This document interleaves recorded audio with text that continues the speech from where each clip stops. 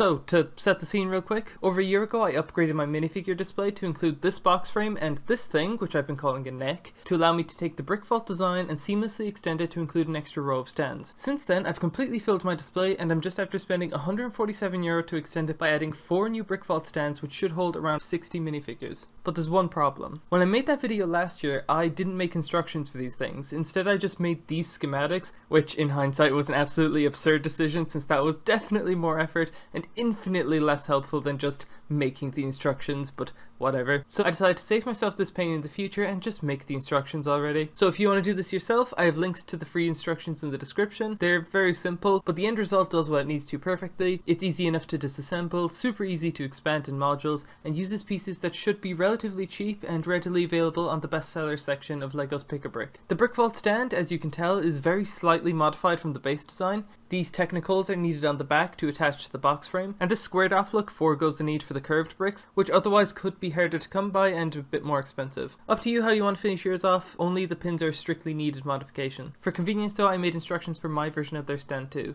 Also, general word of advice, don't fill every technical with a pin, it's not necessary. Personally, I'd leave at least half of them empty. All the pins are for is just to keep them lined up, so grip strength isn't that important, and this way actually assembling and disassembling them is so much easier because you don't need to line up a billion pins on different elevations at the same time for it to work. Displaying minifigures on a Brickvault stand like this cost, as I said, €150 to hold 60 minifigures, which makes this method more or less €2.50 per minifigure. I definitely think it's worth it anyway, you do you. I also made instructions for those bookend pieces on each side of the stand. I personally think having bookends in general is important to cover up the framework and stuff when looking at it from the side, but there are definitely cheaper and better ways to do it as opposed to my way, but the instructions are there because why not? Either way, thanks for watching, farewell.